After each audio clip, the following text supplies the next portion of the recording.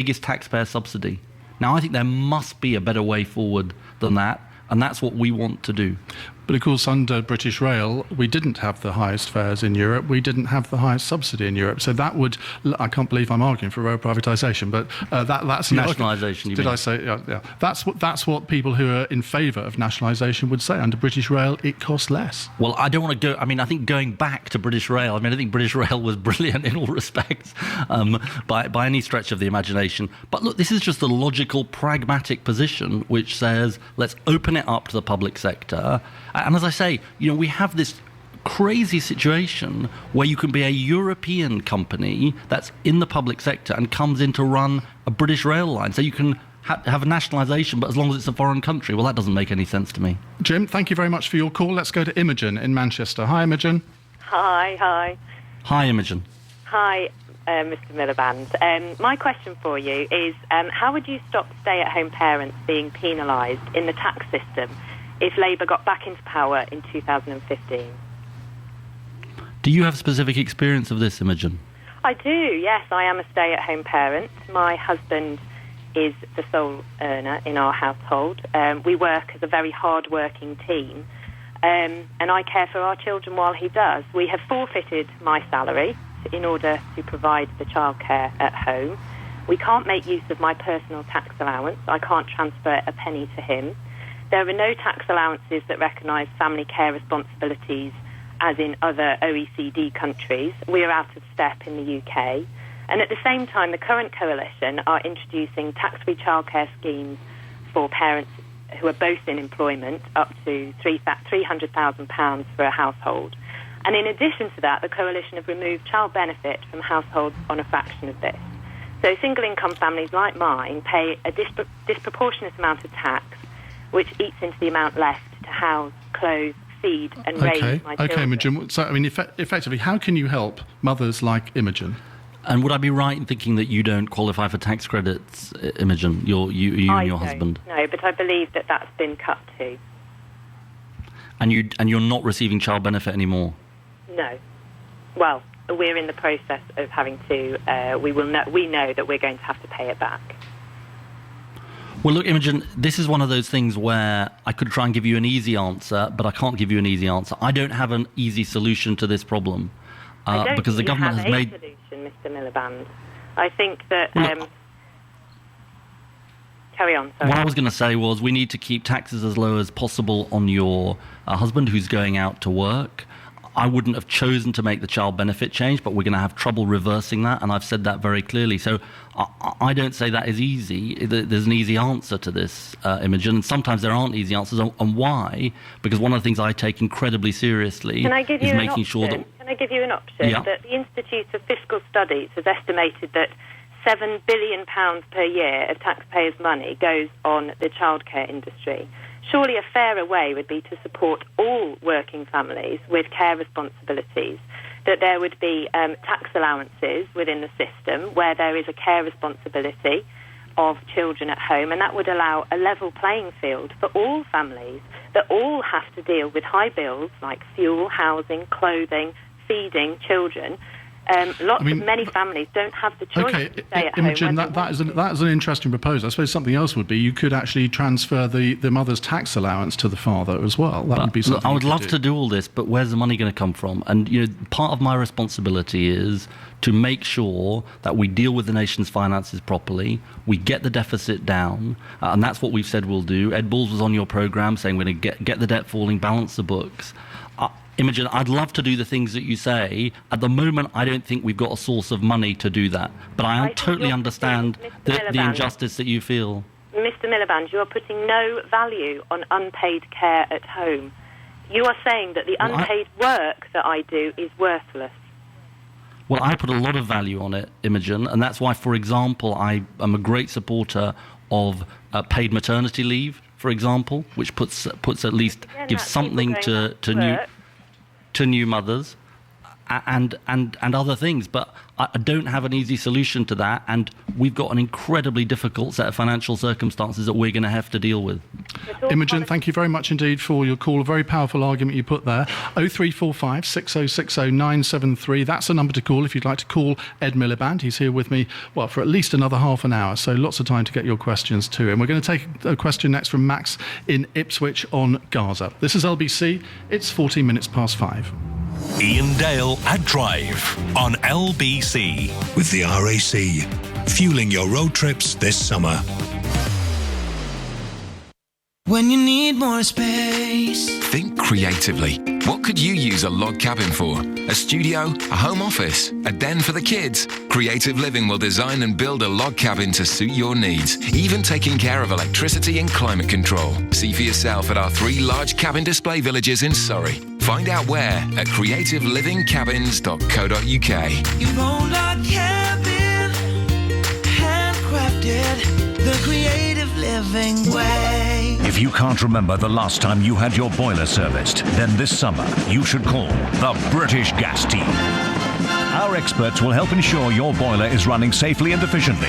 They've been rated 4.5 out of 5 for engineer satisfaction by our home care customers. To get your boiler serviced from just £49 with our special summer offer, visit britishgas.co.uk or call 0800 316 9070 by the 31st of August. British Gas, looking after your world. Terms and conditions apply.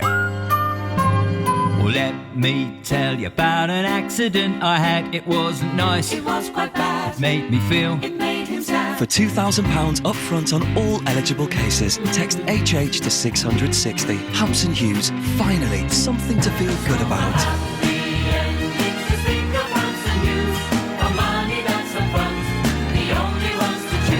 That's HH to 660. It must be Hampson Hughes. T's and C's apply.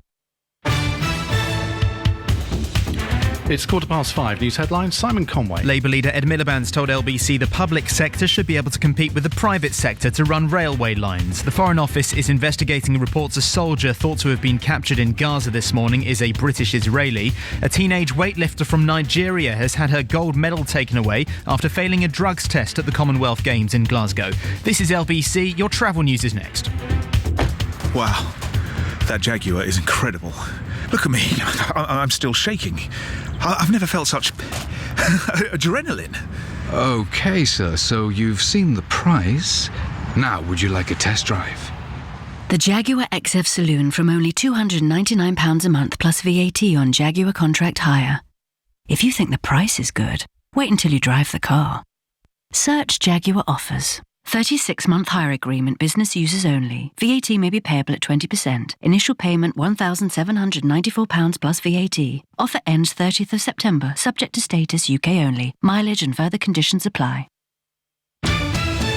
I'm Chris Golds in the LBC Travel Centre. On the roads, it's very slow on the M25 clockwise. It's queuing from Junction 8 for Reigate to Junction 16 for the M4, and there are delays of nearly 2 hours there. And it's taking over an hour anti-clockwise from Junction 17 for Maple Cross to Junction 11 for Chertsey, and queuing both ways towards the Dartford crossing. Clockwise, it's slow from Junction 29 for the A127 and anti-clockwise from before Junction 3 for Swanley. In Cheshire, the M6 southbound is queuing from Junction 21A for the Croft interchange. That's because of an accident between Junction 20 for the Lymm interchange and Junction 19 for Knutsford. Southbound on the M5 in Worcestershire, that's slow between Junction 5 for Droitwich and 6 for Worcester after a breakdown earlier. And in Manchester, the M60 anti-clockwise exit Slip Road for the M61, that's closed because of an overturned lorry. It's causing queues from the M61 Junction 3 for Kersley Spur. And on the trains, all trains in and out of Paddington are currently disrupted because of a police investigation at Ealing Broadway. Keeping you moving in travel updates in 15 minutes. LBC Travel. With GoToMeeting. Fast, easy online meetings. Go online for a free 30-day trial.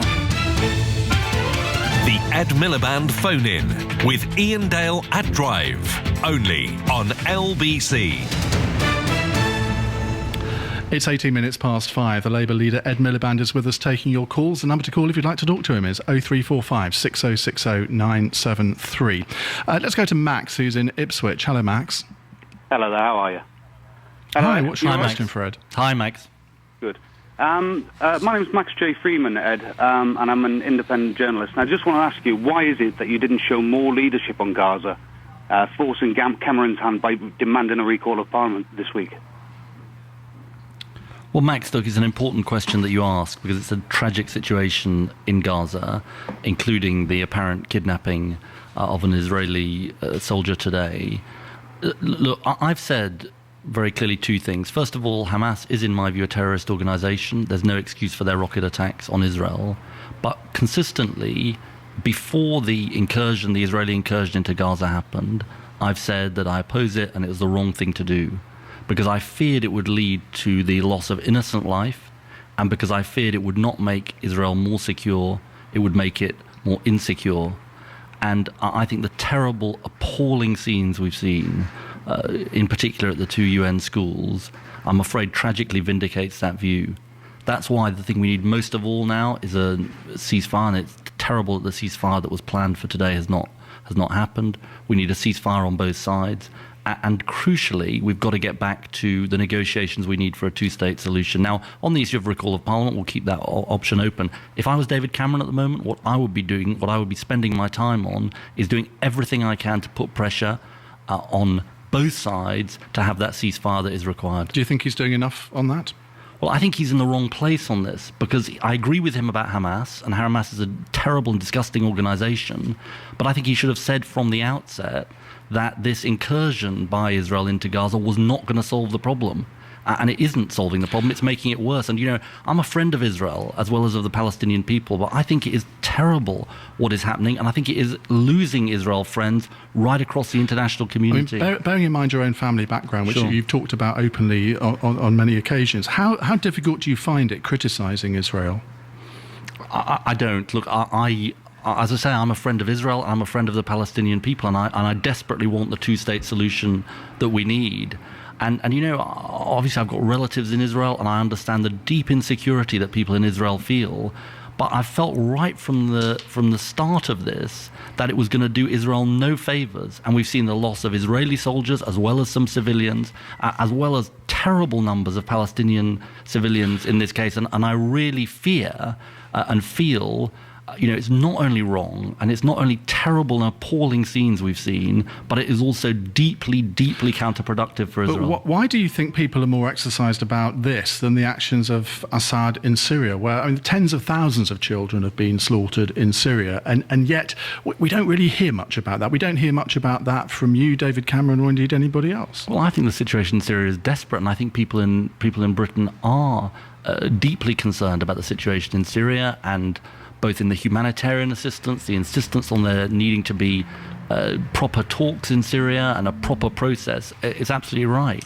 But I think there is a deep feeling that we've had a decades-long problem of Israel-Palestine, an unsolved problem, which is not only a terrible problem in itself, but is the source of much of some of the problems we have in the wider region.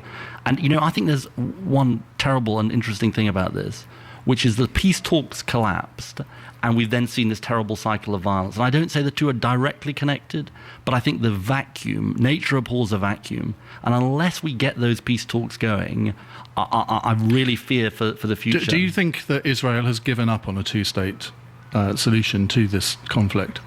You know, I don't, because I met Prime Minister Netanyahu a couple of months back, and he is not only in his private statements to me, but in his public statements, he says he believes in a two-state solution. But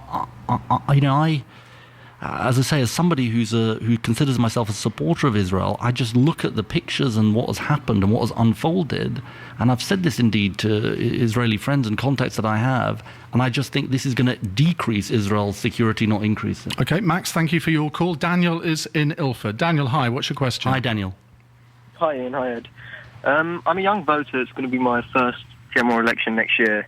I was wondering what Labour as a party are going to do for young voters, because at the moment, to be fair, I haven't seen or heard anything that would benefit me myself. I've also questioned my local MP, Mike Gates, for Ilford South. He's a good guy. To little avail, because he failed to respond, so I don't know if he is a good guy, to be honest.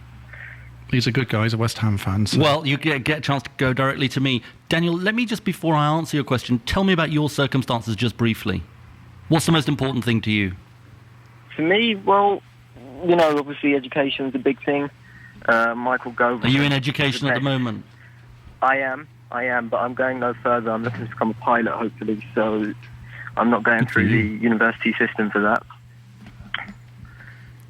Well, look, I think there are three things that we want to offer young people. First of all, I think young people should be guaranteed work. And we've said that any young person who's out of work for more than a year should be guaranteed a job, and we've shown how we can do that. Secondly, I think every young person deserves a decent education. Now, that's young people who go to university and young people who don't go to university. And I think that there's been a problem in this country. We want to do something about the tuition fee, and we'll be setting out plans by the time of the election to seek to do that. But I think there's a real issue this country faces, which is giving proper training. When you say do something, do you mean reduce? We would like to reduce it. To what? Well, that's why we set out plans before for a £6,000 tuition fee. But if I can put it this way on LBC, I don't want to do a Nick Clegg on this. I want to set out proper plans. That wouldn't be a good idea. Proper plans that are going to be costed. That would be the end of your leadership, wouldn't it? Exactly, it wouldn't be good news. So with the greatest of respect to him, I think part of what's increased cynicism is the broken promise. So we're going to set out plans when we're good and ready. The third thing I was going to say, though, is this issue of housing. We've got a plan to build 200,000 homes a year in this country, and that is about making sure that young people can get on the housing ladder, because whether you want to rent or buy, that is one of the terrible issues facing young people. But the problem is, people look at this and say, well, you had 13 years in power to build 200,000 houses a year. Had you done so, we wouldn't have got this problem now. Well, we didn't do enough. Look, we did build homes, but we didn't do enough. But, Ian, one of the things that's marked out my leadership over the last 4 years is that I never just say, well, everything Labour did was right. I defend, and I think I'm proud of many of the things that the Labour government did, but we got some things wrong, like any government does. And this was one of them. We didn't build enough homes, definitely not. Daniel, let's go back to you. What one thing would you like, what would secure your vote? What would you like Ed Miliband to promise you now to secure your vote? That is an important question. I'm doing your work for you. Thank you very much. I think the second point you made about work's quite important. The fact that, the tax rates, possibly increase the allowance, lower the top rate of tax. Eventually, I think that's quite a high amount. I was listening yesterday, I think they were saying 25%, I think, for if you were going to do the same tax rate for everybody. Was it 25%? You mean the flat tax? The flat tax for everybody, yeah. Maybe 31%. That is an option. I think that is 31%, yeah. So I think that's a very, very I don't think you're going to get Ed Miliband to promise you a flat tax. If you do, we've got a very big front page headline after this. Daniel, I'm not so keen on the flat tax. Let me explain why. Look, I think it's right to have fairness in the tax system. I think you're right to say that we need a decent tax allowance. But I also think that when you're earning over £150,000 a year, and they're the people on the top rate of income tax, this government's given them a very, very big tax cut at the same time as raising taxes on everyone else. So we want greater fairness in tax. So we do want lower taxes for lower and middle income people. So we'd introduce a new starting rate of income tax of 10%. But we'd actually put the income tax rate for the highest earners back up to 50%. So I'm not for the flat tax, because I think you've got to have a fair tax system. Daniel, thank you very much. Let's move on to Wendy, who's in Orpington. Hello, Wendy. Hi. Hi, Wendy. What's your question to Ed? How will you address the deficit in the NHS, especially with the increase in immigration levels? Do you work in the NHS, Wendy, or do you just have experience of it like all of us? No, I'm a midwife. I work in the NHS. I've been a midwife for 10 years, so I came into midwifery during the Labour government. I've seen an increase in diversity in our population, which I agree does enrich our nation, but I've also seen an increase in things like hepatitis C, AIDS, lots of different illnesses, tuberculosis, women coming and delivering their babies at 38 weeks, getting off the plane, had no care. Okay. So there's lots of issues. One of the issues, I think, one of the issues allied to that, Wendy, because you say the deficit in the NHS, by 2020 there's going to be a £30 billion funding gap. Now, that's not all due to the fact that we've got more immigration. It's due to a lot of things. But how would you address that? Well, Wendy, first of all, thank you for what you do in the NHS. And I'm sure I speak on behalf of all of Ian's listeners who think that the people who work in our NHS do an incredible job. Midwives, obviously, I've had experience with 2 of my sons born in an NHS hospital of the incredible care that midwives provide. So first of all, thank you. Look, secondly, on the NHS and how we make it better, I feel that what the government has done is really betrayed people on the NHS, because David Cameron promised before the election that he wouldn't have a big reorganisation of the NHS. Now, other governments have done reorganisations, but he's done a really big reorganisation. And the real problem I think there is now in the NHS is that a lot of money is wasted on competition lawyers, bureaucracy and privatisation. So the first thing we'd do is repeal his NHS bill, and we'd actually put the right principles back into the NHS. And I think that would save resources, because you've got hospitals at the moment that are hiring competition lawyers. Now, I'm married to a lawyer and I'm all in favour of lawyers, but not more lawyers in the NHS. We need more doctors in the NHS, more midwives in the NHS, more nurses in the NHS. So look, that's the first thing that we would do. But they're all going to cost money which isn't there. You're committed, as Ed Balls has told us repeatedly, to cut the deficit in the next Parliament. Where's this £30 billion going to come from? Just to stand still? Well, because the first thing you've got to do, Ian, is you've got to spend the existing resources better. I've given the example of the cost of privatisation. Let me give you another example. The real problem in the NHS, and I don't know whether this is borne out by your caller's experience, is that older people are treated totally separately in the social care system from the NHS. Now, we've got to bring those services together, because when I've been in hospitals recently, so many people say to me, look, the biggest challenge we face is you've got people in their 80s and 90s, and it's great that people are living longer, but unless those two services talk to each other, we're actually keeping people in hospital, using up resources. It's not good for them. So my first port of call is let's use those existing resources better. And we can rule out the death tax, can we? Well, we're not in favour of that. Why did Andy Burnham even mention it then? You must have been furious. No, not at all. Look, what he's been saying consistently is we've got to find ways in which we bring these services together, and that's what he believes in. OK, well, we've got lots more time for lots more of your calls. 0345 6060 973. I'm Iain Dale at Drive. LBC News Time at 5:30. Simon Conway has the news headlines. Ed Miliband has told LBC the government is in the wrong place in its approach to Israel's military operation in Gaza. The Labour leader says David Cameron should have said from the outset that the incursion isn't going to help. I feared it would lead to the loss of innocent life, and because I feared it would not make Israel more secure, it would make it more insecure. And I think the terrible, appalling scenes we've seen, in particular at the two UN schools, I'm afraid tragically vindicates that view. Both Israel and the Palestinians are blaming each other for breaking a 72-hour ceasefire shortly after it had begun this morning. An Israeli soldier is feared to have been kidnapped by Hamas fighters, and at least 35 Palestinians have been killed in shelling. Thousands of people are taking part in a protest outside the Israeli embassy in London. The FTSE 100 closed down 50 at 66.79, and LBC weather dry to start this evening for London and the southeast, but some heavy thundery showers overnight, lows of 16 degrees. Showers across many southern areas of the UK tonight, but becoming drier further north. A mixture of sunshine and scattered heavy showers throughout the weekend. From Global's newsroom for LBC, I'm Simon Conway.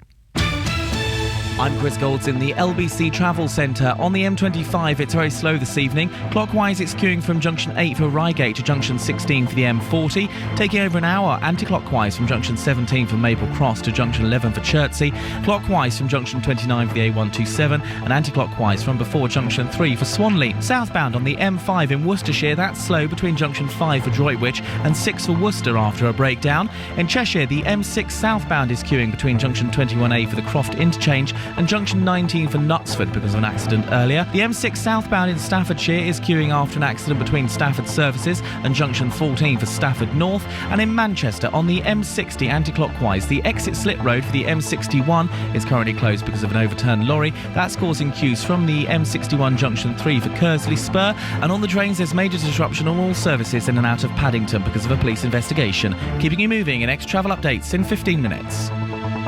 LBC Travel. With Go-To Meeting. Work from home and avoid the tough commute. Sitting at a desk for long hours in the wrong type of chair can be very hard on your back. But how do you choose the office chair that's right for you? Back2 is the answer. We offer a wide range of office chairs, sit-stand desks, and professional no-obligation advice. Too busy? No problem. We'll carry out a workstation assessment in your office. Back2, open every day in Wigmore Street and online at back2.co.uk. Get back to business with Back2, the office chair experts. 118434, the handy number for handy numbers. Calls cost 55 pence plus 99 pence per minute from a BT landline. Other networks vary, and mobiles cost considerably more. If you can't remember the last time you had your boiler serviced, then this summer you should call the British Gas Team. Our experts will help ensure your boiler is running safely and efficiently. They've been rated 4.5 out of 5 for engineer satisfaction by our home care customers. To get your boiler serviced from just £49 with our special summer offer, visit britishgas.co.uk or call 0800 316 9070 by the 31st of August. British Gas, looking after your world. Terms and conditions apply. Iain Dale at Drive on LBC. With the RAC, making your summer go further.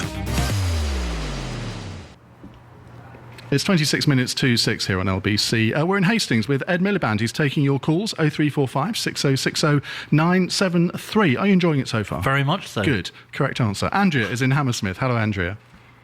Hi there. Hi there. Hi, Andrea. Hi. Hi. Go ahead with your question. Hi there. Do you think the fact that you had the stomach to take on and, in fact, beat your brother means that you have the ruthless streak to become Prime Minister? What a great question. What a good question. Look, it was really tough taking on my brother. It's the toughest thing I've done. And the reason I did it was because I thought I had something distinctive to say about how Labour needed to change and move on from New Labour, and how the country needed to change. And I thought I was the best person for the job and best capable of doing that. And it was painful and it was really hard. What did he say to you when you told him you were going to do it? He actually said, "May the best person win." Really? Yeah, he did. And look, that was the way we sort of went about it. But look, I won't pretend to you, it's been really tough. It's been really tough. It's been tough to have him, obviously leave politics and go abroad and go and live in America. And, I suppose over time I've come to the view that he probably made the right decision, because he thought he wanted to get away from, as he put it, the soap opera. And he's doing a really important job working in an international organisation on the issue of refugees. I just want to go back to the question, but come back to me in a second. But look, on my leadership, because this has been raised by the media, obviously, and I talked about it last week, what I'm proud of having done as leader is taken some really hard decisions when it has been tough, and I've had tough opponents, like the energy companies, like Rupert Murdoch over phone hacking, like the banks, like Syria, where you had a US president saying we need to take military action against Syria, and it was the Labour Party under my leadership that said no. And I think that is really important in politics. To be a successful leader, you do have to have a bit of a ruthless streak in you. I think you've got to have toughness. I think you've got to have toughness. You've got to, and because these jobs aren't easy. There are many people listening to this program who do harder jobs than me. What is the thing that sustains me? It's maybe you'd expect me to say this. I'm not in it because I just want to be in power. I'm in it because I feel passionately that this country needs to change. And in particular, this country doesn't work for so many millions of people. And that's why I stood for the leadership. That's why I want to be Prime Minister. I mean, it must be difficult talking about your brother in this contect, but where are you with him now? Are you on a sort of even keel? Better, I would say. And a lot better. How often do you talk to him? Oh, look, we talk quite a lot. I mean, of course he's in the States. But we talk, we text, but you didn't go and see him when you were over there visiting Barack Obama, did you? No, he was like some hundreds of miles away on holiday. Look, okay. But we talk a lot. No, we talk a lot. But it's been tough. It's been tough, and it's got a lot better. What's been the toughest part of it?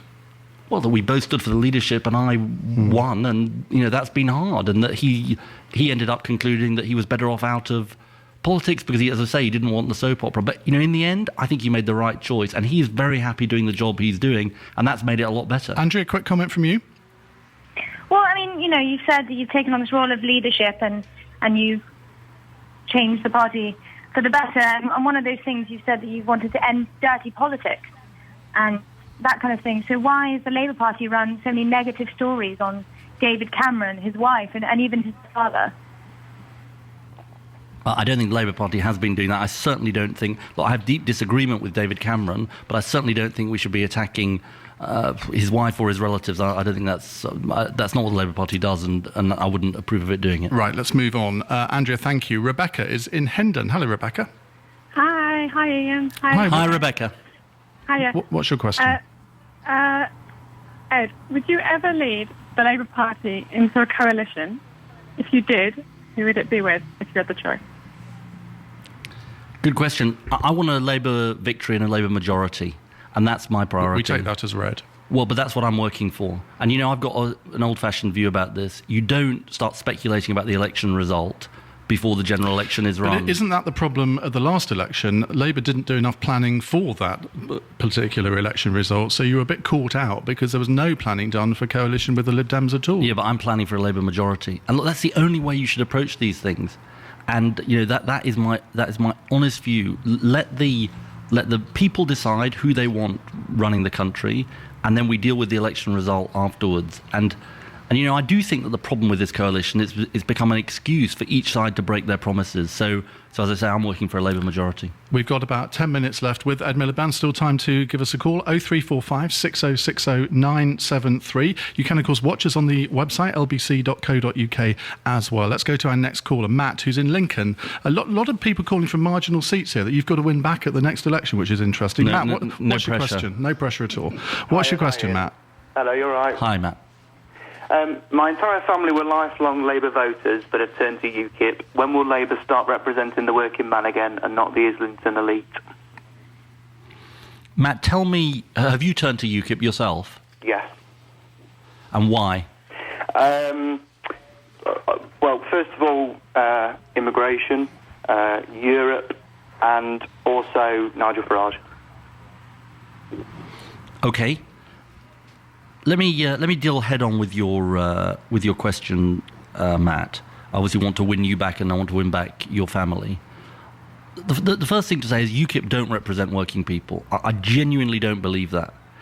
When you look at what UKIP is actually offering, and I'll come to their policies on Europe in a second, they're saying they want to have charges for the NHS. They say they want to have bigger tax cuts than the Conservatives for the richest in our society. Well, this was in their last manifesto, which, of course, Nigel Farage has completely rejected. Well, no, after the European elections, Ian, Nigel Farage came out and said he wanted to go further on the top rate of income tax. And I sat on a sofa with him, and he said he didn't think the Conservatives had made big enough cuts. And that was his argument. And he's also said he wants to keep the flame of Thatcherism alive. Now, I don't think that's an agenda for working people. Let me come to what they say about Europe, Matt. Look, Nigel Farage wants to withdraw from the European Union. I've just got to be candid with you, Matt. I think that would be a disaster for this country. But why not let the British people decide? That's what his appeal is to a lot of working-class Labour voters who've gone to UKIP, because he's going to give people the choice. You're not going to do that. Well, look, we've said we will have a referendum if there's any transfer of powers from Britain to the European Union, but I don't want to spend the first 2 years of the next Parliament debating whether we exit the European Union, when I think that would be really bad for Britain. I think that would be really bad for Britain to exit the European Union. We need to reform Europe. We need to change it and work better for Britain. But let's build alliances to do that. But if you haven't got that threat of withdrawal, how can you actually convince European leaders that they've got to come round to your point of view on European reform? Well, that is certainly David Cameron's argument, Ian. But is it working? Because we'll see. Well, no, we've seen already. But we just had the most obvious example of this. Jean-Claude Juncker, candidate for European Commission President. If David Cameron's strategy had worked, he wouldn't have lost 26-2. I don't think losing a match 26-2 is a great triumph.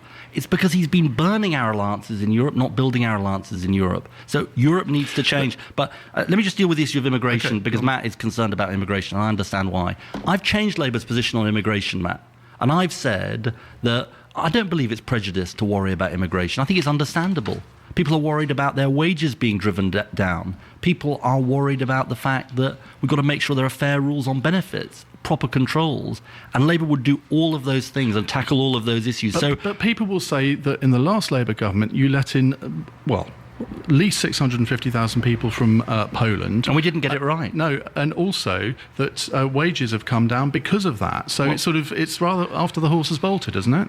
Well, look, I've got to do, as leader, what I think is right. We didn't get it right on immigration. I've changed our position. But do I think leaving the European Union, costing potentially 3 million jobs, is the answer? No. What I think is the answer is to say we've got to enforce the minimum wage. We can't have companies undercutting wages. And Labour is the only party that's actually saying we're going to do something about those things. How much are you going to put the minimum wage up to?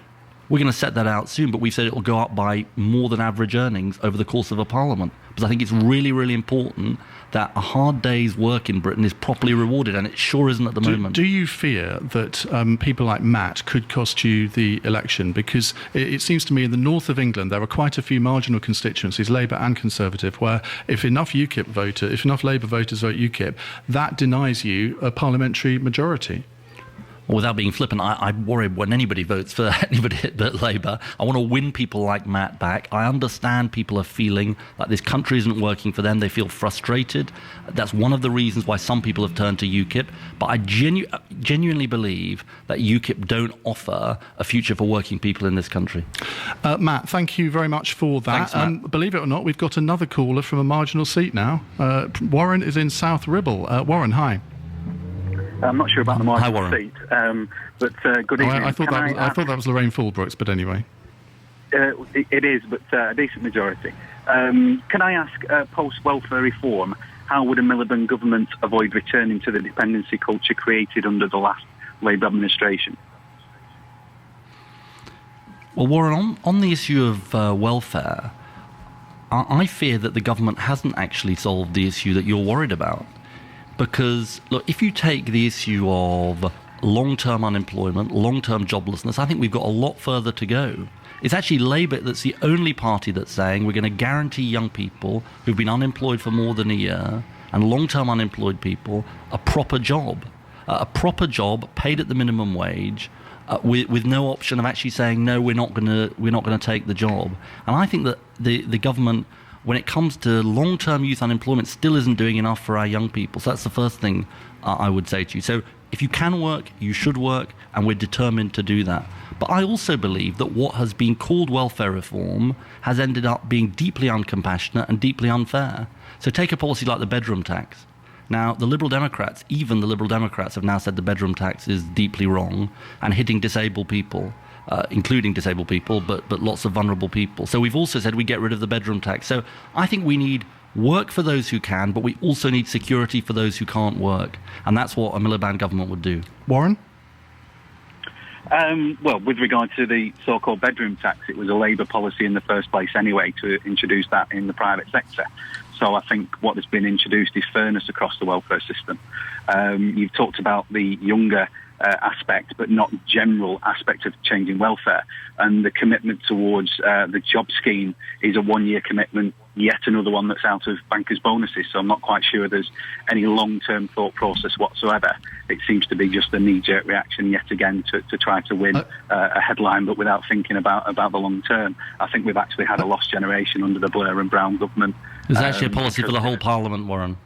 OK, Warren, thank you very much for your call. A quick tweet from Techno Babe, who says, how has Ed Miliband enjoyed today on LBC, and can we get him on more regularly? Well, we will see. Certainly hope to do that. So far, so good. Alex is in Stanmore. Hello, Alex. Hi, Ed. Hi, Alex. Hi, straight to the questions. Two questions related one to another. Ed, let's say you make it next May and you win. What will you refurb first in 10 Downing Street? David's wife did not like the red LEDs and the kitchen she inherited there. She managed to turn those around. How about your wife? Should she change this back on the taxpayer's account? And the second question is, we all know what Nigel Farage said about his neighbourhood preferences. How about your ideal neighbourhood in case you come second in the election, which is more likely to happen unless you change a few things? Thank you and good luck. Thank you, Alex. A strange question. What would you refurb first in Downing Street? I'm not into that. Look, one of the most important things I say is that we're certainly not measuring the curtains. We're trying to fight an election to win an election, and I'm not thinking about spending public money on refurbishments. On the point about neighbours, look, one of the things, the great thing about London is a diverse city. It's a city of people from all backgrounds. We sold the Olympic Games on the basis that we were a tolerant, diverse city. So I'm proud to be a Londoner and proud to be living in London, as well as spending time in Doncaster in my constituency, which also has fantastic people in it. John is in Slough. John, what's your question? Hi, John. Hi there. Hi. I'd just like to ask, I potentially should be a Labour supporter. I'm totally anti-Conservative and I should be supporting you, but I just can't see any way that I could have you as my Prime Minister. I'm a small business owner. Why? What would you do for small businesses? What could you do? What solid policies have you got? Not sound bites, not speeches. What solid policies can you offer me?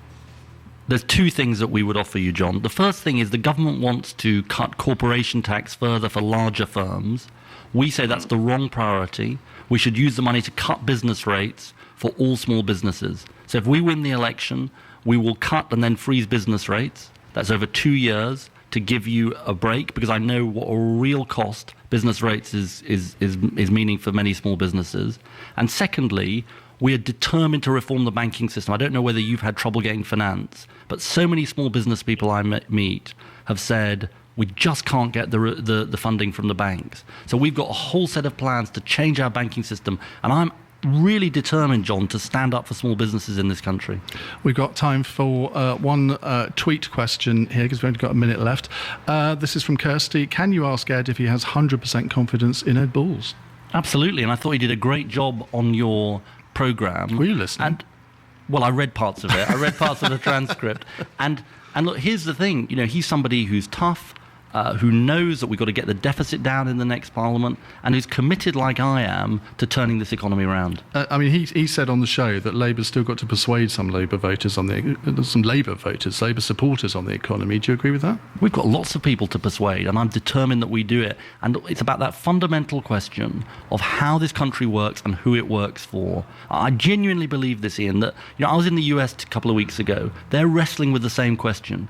Does a country work just for the richest in our society, or can we make it work again for ordinary people? And I think so many people who are turned off politics feel that this country's not working for them. We've got to change it. Final quick question. Where are you going on holiday this year? I'm going to France in about 10 days or so, and it'd be nice to get away. Well, enjoy your break. Thank you very much indeed for coming on and answering all the questions. We had literally hundreds of people wanting to talk to you. Obviously, we can only squeeze so many in. Thank you very much indeed. I really enjoyed it. Thank you. Thank you. Thank you. Right, well, that was Ed Miliband's phone-in. We hope to do that again with him at some stage in the near future. What did you make of what Ed Miliband had to say? Has it actually maybe changed your opinion of the Labour leader? 0345 6060 973. You can text 84850. Tweet me at LBC, and you can email Ian at lbc.co.uk. Let's talk to one or two people who maybe didn't have a chance to ask their questions, but might want to give us their view of what happened over the last 3/4 of an hour. Gina is in Langley. Hello, Gina. Hiya. I just wanted to ask, as a graduate with a student loan to pay off, how Labour would help someone like me get on the property ladder? Well, as I say, unfortunately, Ed Miliband's